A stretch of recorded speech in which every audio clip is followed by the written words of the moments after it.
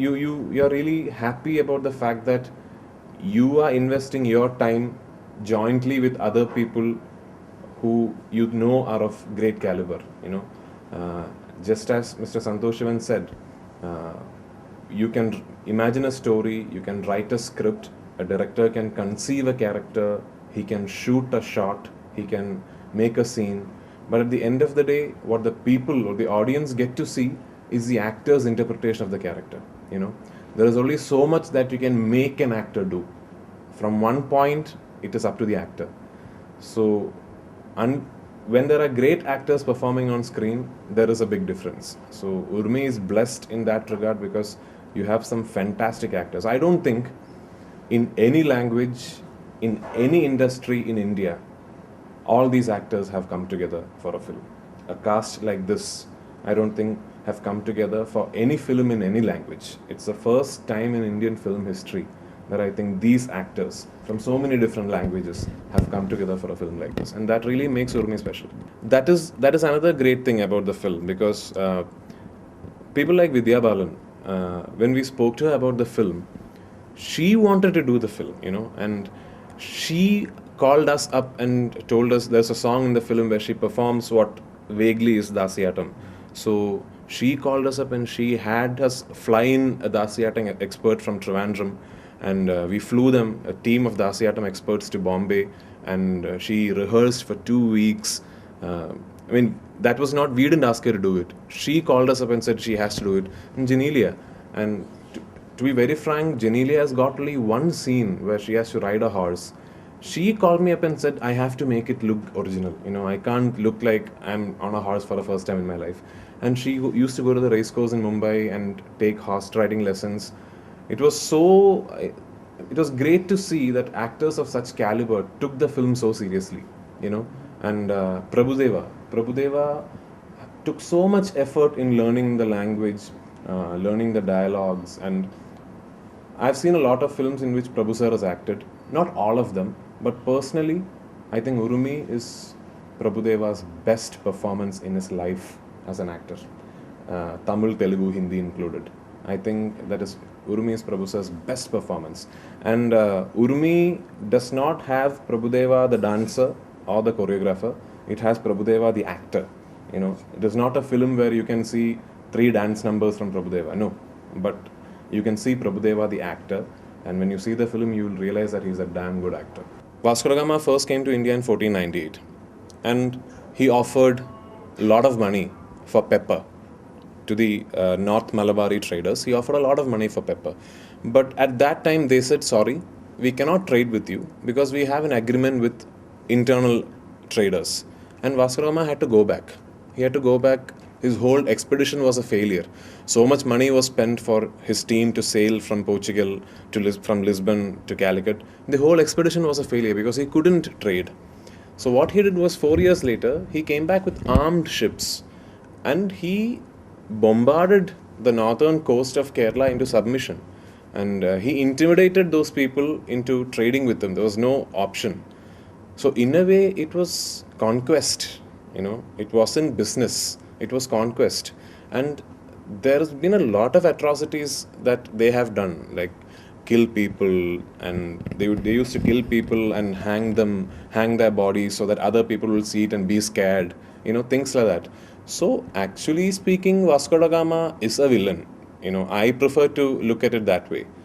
But yes, there is also another perspective of history that says that, he is this great man who discovered India and made the world that it is today.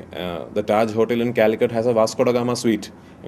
But yeah, if you ask me, he is a villain. I play this young warrior whose father was killed in 1502 when Vasco came back to India the second time. His father was killed by Vasco da Gama, and this boy is more or less witness to the murder. And his father was the chief of army of a kingdom called Cherakil that actually existed in South India during that time. But Vasco da Gama's third arrival to India was 22 years later. So this boy had to wait for 22 years. So he waits for 22 years, and the story is about his revenge. But during his journey to attain his revenge, he also falls in love. He becomes the savior of a whole set of people.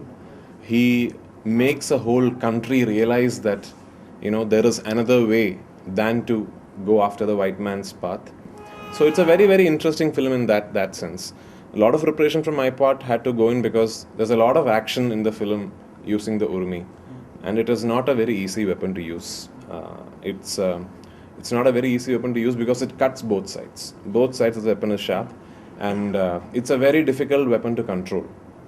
The legend of the weapon remains that if it is in the hands of someone who can't use it well, it'll kill the holder itself. And in Kalaris in Kerala, I think you need to be a regular, like everyday trainee for about 9 years till you're allowed to touch this weapon. I think trained for about 3 weeks. And I must also tell you that this you can't make a dummy Urumi because no other material you can wield like that. It has to be made of metal. But what I did was the last process of making an Urumi is sharpening the edges. That we didn't do. But still, I have stitches on my back and all from the action sequences in the film. Yeah, it's a tough weapon to use, and also it's very dangerous for the stunt men who it's very dangerous. I don't know if you know, but I've done about 65, 70 films. So each director is different.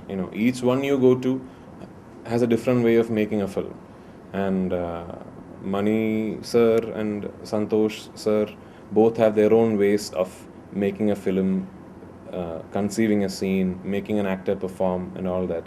But in a way, I think both of them are very similar because both of them, more than hearing, they see it. Both Mani sir and Santosh sir, they first see the film. And it's which is why I think even in a Mani Ratnam film or in a Santosh Sivan film, there is so little dialogue. You can't, in a Mani Ratnam film, you don't see people talking a lot, because rather than making people say, they prefer showing it. And in that sense, even Santosh is very similar because he also likes to show it rather than say.